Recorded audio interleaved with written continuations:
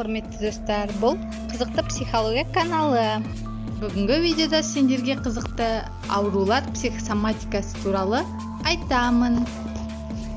Видеоны жалғастырмас бұрын лайк басамыз, тіркелеміз. Психосоматика дегеніміз ішкі жанмен айнасы, жан айқайы. Жан тән арқылы белгі беріп отырады. Маған қарашайшы.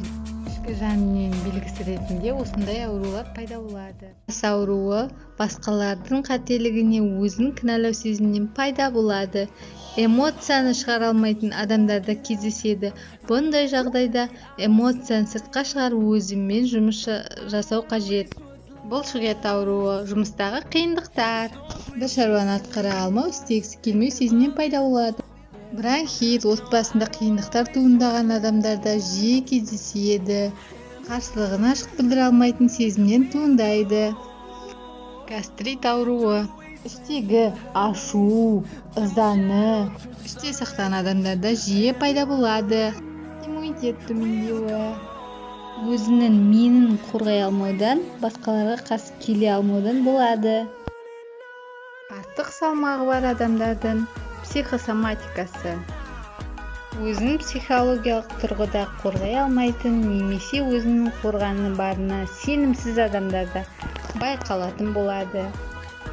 Тұмау, грипп өзін аяп жүрген адамдарда болады екен, немесе шықпай қалған жас себепші болады екен.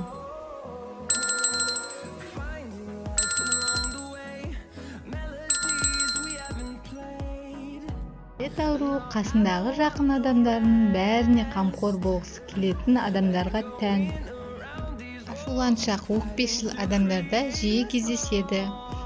Идеядан, болашақтан қорқу немесе адамдарға қатысты болған жайттарға мән бермеу, көз жұма қарау. Экзема ауруы өзіне деген сенімсіздік, қорқыныштан пайда болады. Реніш, уайым, қайғы, кек алу, сатқындық, өкпе ауруына шалдықтырады екен. Туыстар мен бауырлар арасынан дұрыс болмауынан болады.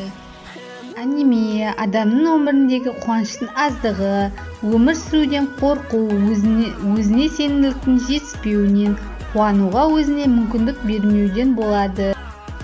Бүйрек ауруы өзіне деген критика, басқа адамның көңілі қалуы, мысалы бір адамды мінсіз адам ретінде көргісі келеді де, ол адамның кемшілігін көргенде көңілі қалып, кемшілігін қабылдай алмай қалады.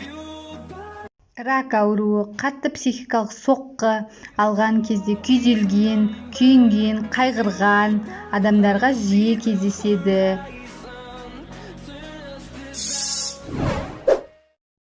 Видео ұнаса лайк бас, немесе каналыма тіркел. Рахмет дос, бәрі сен үшін.